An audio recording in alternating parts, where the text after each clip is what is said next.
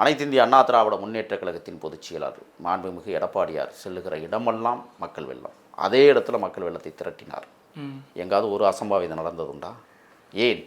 அது பண்பட்ட அரசியல்.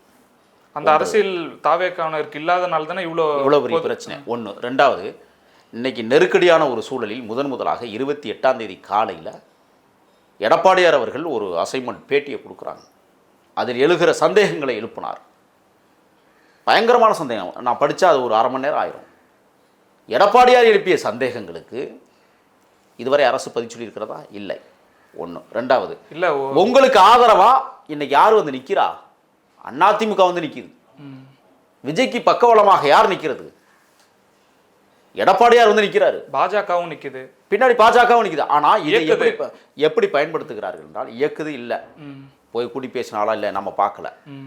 இப்போ இந்த பாதுகாப்பு என்பது ஒரு அறிக்கையின் மூலமாக ஒரு இயக்கத்தை பாதுகாக்கிற இயக்கமாக அதிமுக அன்னைக்கு வந்திருக்குல்ல, ஒரு நன்றி சொன்னீங்களா?